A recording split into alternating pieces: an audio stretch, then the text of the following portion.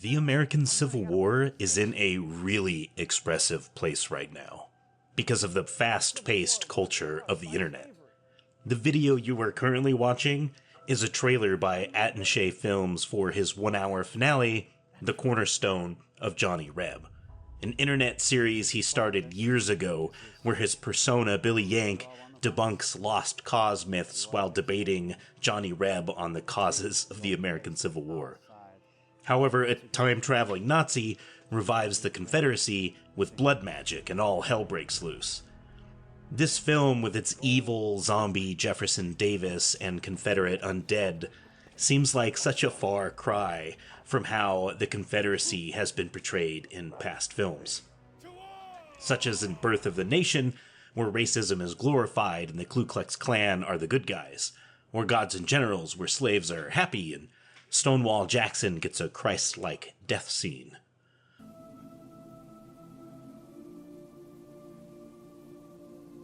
And just die already.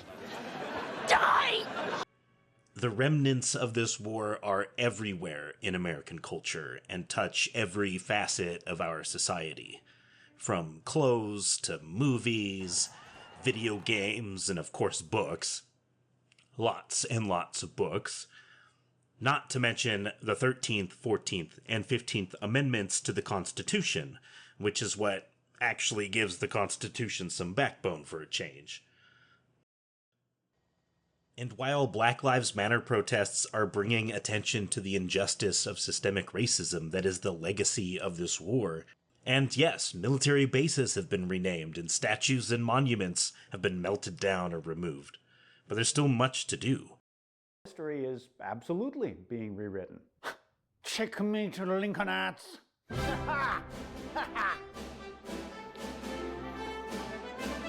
But at least the conversations are happening at a faster pace than ever. And how the conflict is reaching into our lives keeps expanding. So, today we're going to briefly examine 3 different American Civil War media examples and see how they're being interpreted in the 2020s. And first up is a classic. You want to poke it? They ask you how you are, you just have to say that you're fine when you're not really fine. But you... Oh, no. Not that one. I think it was this one. If you leave me, there's nowhere to go. There's nothing to do. Frankly, my dear, I don't give a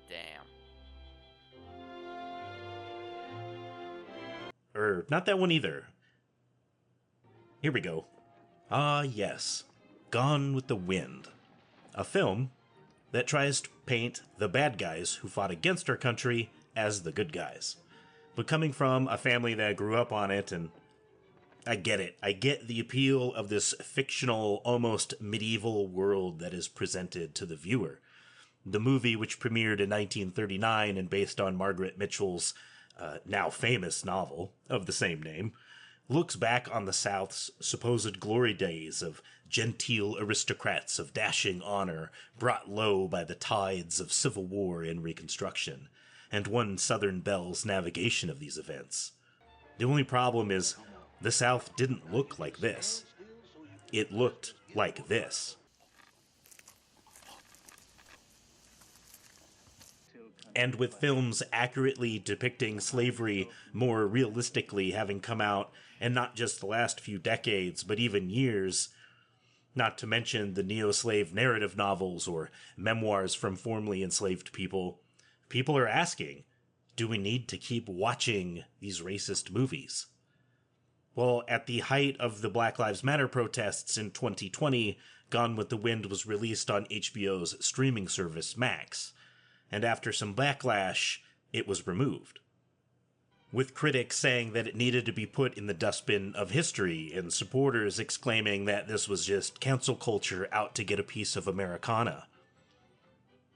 But Jacqueline Stewart, professor of the Department of Cinema and Media Studies at the University of Chicago, and also, the host of Turner Classic Movies, gives several reasons why the film should be watched today, In her article, Why We Can't Turn Away from Gone with the Wind, she notes that the film romanticizes the enslavement of our fellow Americans and does glorify the South that never existed.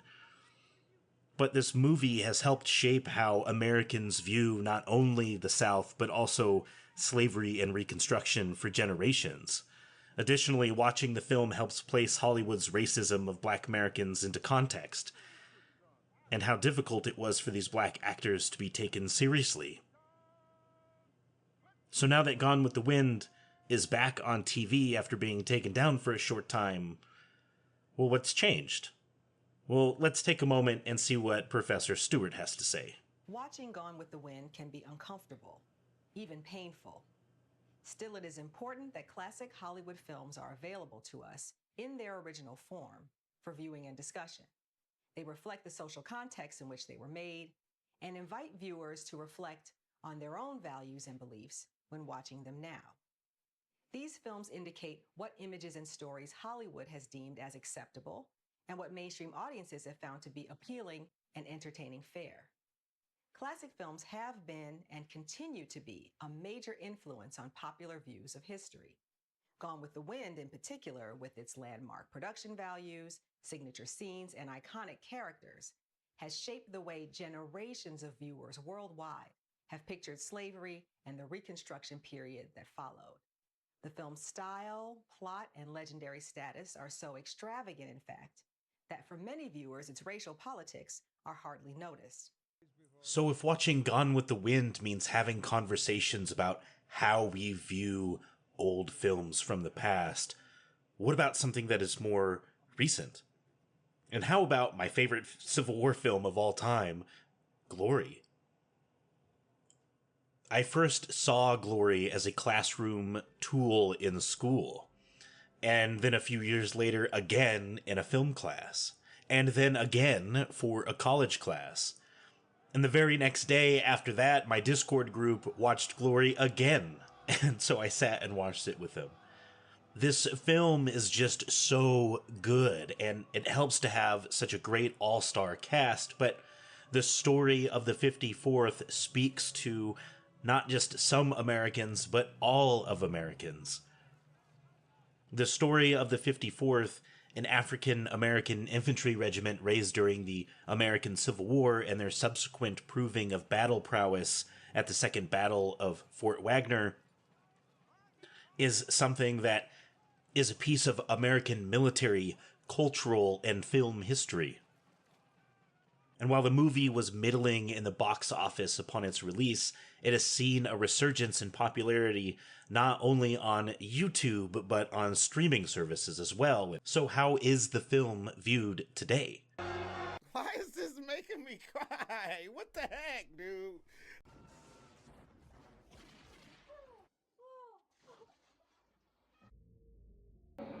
Oh, not Thomas too. Oh, like we're losing everyone.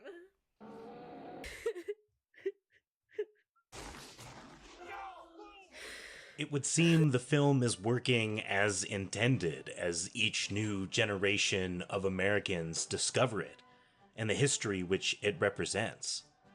Glory also remains as a reminder that the struggle by Black Americans in this country has never been easy. It had always been an uphill battle. The men in these uniforms of blue would never live to see equality under the law. Which is why the viewing of this film is so important. There is always work to do. Now, so far I have shown you 2 films on opposite sides of the conflict. But what about something where each side claims something in the middle? And I'm referring to, of course, the song Dixie. Oh, way down south in the land of traders, rattlesnakes and alligators. Right away, come away, right away, come away. Also known as Dixie's Land. Written in 1859 by Daniel Emmett, probably, the song was created to fit in alongside his other blackface minstrel traveling show songs, and was meant to be sung by a freed slave remembering his good times on the plantation he used to be on. And yes, recently this song made the headlines after a Trump rally in Madison Square Garden where Elvis Presley's version of Dixie was played during the event. In the article titled Confederate Anthem Dixie Played at Trump's Madison Square Garden, the author Emmanuel Felton was able to interview Coleman Hutchinson, a professor at the University of Texas, and also the author of all these books. He mentions that playing the song is like donning the Confederate flag. Forgotten, look away, look away, look away, Dixieland.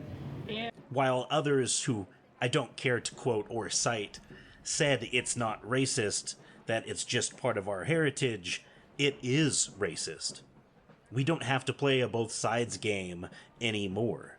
Especially every time I hear a lost causer open his mouth, it sounds like I'm listening to the Taliban explain why women shouldn't go to school.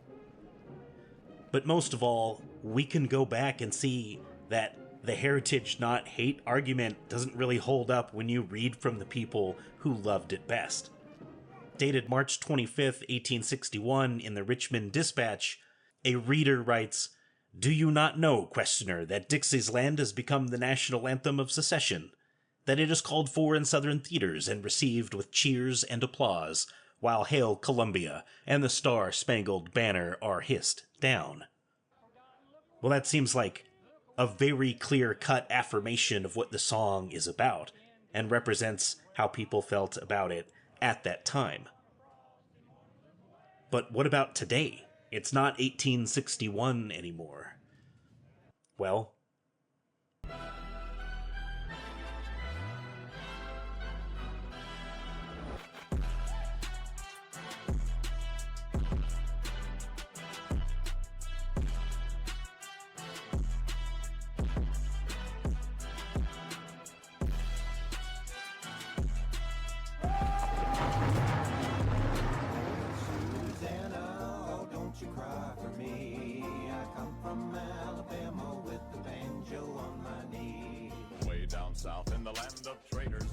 I did this as a joke, but the song Dixie is in the middle of a meme flame war that has been ongoing for years now.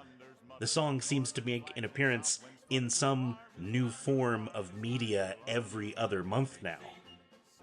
And while there are these two competing Dixie songs in the 2020s that are battling for supremacy, Dixie's Land and Union Dixie, with each song garnering tens of millions of views and the comments filled to the brim with people, bots and fans arguing it out in the comments, whether you love it or hate it.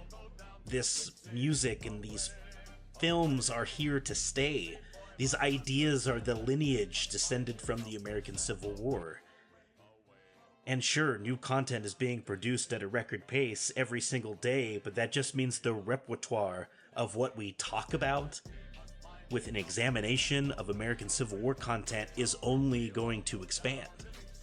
And sure, Abraham Lincoln liked Dixie too, but only because he hadn't heard the superior Chad version yet.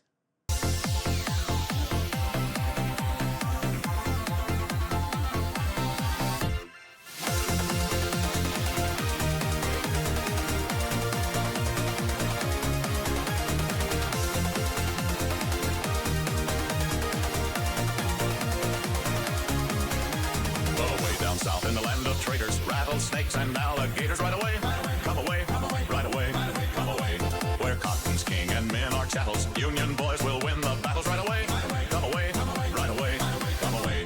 We'll all go down to Dixie, away, away.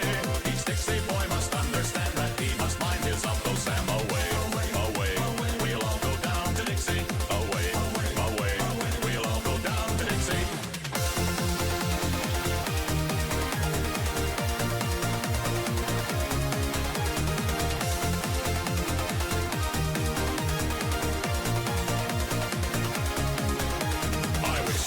In Baltimore, I'd make secession traitors roar right away.